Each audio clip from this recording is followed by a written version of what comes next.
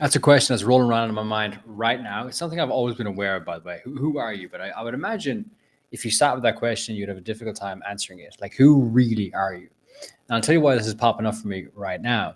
So we had a baby boy, I think 5 weeks ago. Yeah, 5 weeks ago, just over 5 weeks ago. And 2 weeks ago, we were at the pediatrician's office. So in the hospital with the pediatrician, and baby's healthy, everything's good, by the way. And we left the office, and we had just fed him in the office, so he was in my arms while Emma was still talking to the doctor. Great. And so as we walked out, Emma walked out with the buggy, and I kept him in my arms, and we were bopping. We were bopping around the office, and so we decided to continue bopping and dancing out the hospital. And so there was me and my little boy dancing and singing to each other as we went out the hospital, just having fun, dad and son, just he was being a baby and I was being a baby too. And as we got out and went to the car, Emma said that everybody was looking at you, and everybody was looking at you and laughing and smiling and enjoying it. And I thought, isn't that funny? Isn't it funny that because I had a baby in my arms, nobody judged? Isn't it funny that because I had a baby in my arms, everybody was happy about it? But if that was me with a teenage son, for example, we were laughing and joking and dancing down the corridors, or if that was me by myself, or you by yourself, reaction would have been probably a whole lot different. And I say all that to say it's something I'm super aware of, by the way, now that we have a child. It's if you focus on if we pay attention to kids, that kids just do whatever they want, they're creative, yada yada yada. But as a child gets older, in my opinion, the child's creativity gets taken away. It gets smaller and smaller and smaller and smaller and smaller. So it's taken away. We crush it. Why? Not why, how? Because we typically decide to, hey, this is the frame that I look at life through, and I want to put my son or my daughter in that box. Society does the same thing. This is the box that you will fit into. This is the mold that you will fit into. And by doing that, we take away their creativity or we limit it dramatically. And it's not something that I think is appropriate for my child, but it's also not appropriate for me. Um, Reason I bring this up is our creativity matters, and in my opinion, we only get one shot. Not opinion, it is a fact. We only get one shot at this life. So why on earth is it important to us for someone who we are never going to see ever, ever, ever again? And even if we did, if they judged us, who cares? And vice versa. Even if it was a family member, a friend, yada yada yada, who's judging you, it's most likely because it's just a window and a mirror. In general, if we think of windows and mirrors, judgment from one or comments from one are generally them thinking they're looking at you out a window. They're looking at that person, that act out there. In reality, it's most of the time a mirror. In fact, they're looking at you and what you're doing, and it is shining a mirror on them.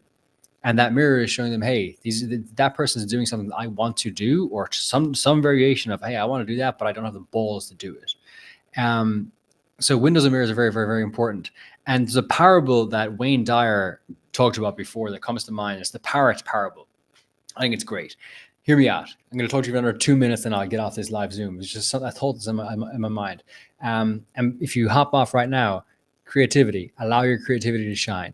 But the parable was there was an Indian trader or farmer, right? And he went to the jungle in Africa to get some supplies and whatnot that he could trade back home. Great. And when he got there, there was a bunch of talking parrots, colorful talking parrots, right? Hundreds of them. And he was astounded by these talking parrots. It was amazing. And so he decided, hey, I'll take one of these parrots home with me. And so he took the parrot home with him, or one of the parrots, he took it home with him back to India. And the parrot had a great life, right? He put him in his apartment in a cage. The parrot talked to him, yada, yada, yada, yada, yada. Cool, great life. Fast forward a couple of years, and the trader was going back to the jungle again to get more supplies, more parrots, yada, yada, yada. And he said to the parrot that he had in his cage, he said, hey, I'm going to go back to Africa right now. Is there any message you would like me to pass on to your friends, the other parrots back home? And the parrot said, yes. Tell my friends that I am having a wonderful life here in my cage in this apartment. And the trader says, no problem. So he went back to Africa, and he shared this story with the parrot's friends. And one parrot balled up in tears, however a parrot would cry, however that would work, and it keeled over off the tree dead. It fell over dead. And the trader thought, oh wow, he must have loved my friend so much, his friend so much. He's just so sad to not have him here, Okay, and then boom, great. He went back to India and he passed on the message to his own pet parrot. He said, "Hey, I went back to India and to Africa and I shared this story with all your parrots. That you're having a great life here in your cage." And the parrot at home, the pet parrot, what did he do? He welled up in tears and he keeled over in his cage dead. Can you close my door, please? He keeled over in his cage dead, and I've lost my train of thought. Of course, he keeled over in his cage dead. So the trader thought, "Wow, he must have been so friendly with that parrot back in Africa that he couldn't go on anymore either." Okay, fine. So he opened the cage, he took the parrot out, and he threw it out in the heap outside the door, outside the window.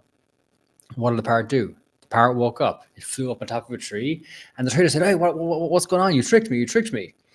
And the parrot said, "My friend back in Africa shared a great message with me." And the trader said, "A great message? What was that message?" He says,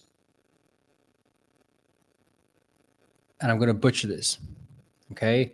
To escape from your cage, you must be willing to die while you're alive. To escape from your cage, you must be willing to die while you're alive. Said differently, we must be willing to take the box that we are in and that others have put us in most likely and we've allowed ourselves to be in, shed it so that we can actually live a life that is, I suppose, appropriate for us, for you, for me, for whoever. I think it's a wonderful parable.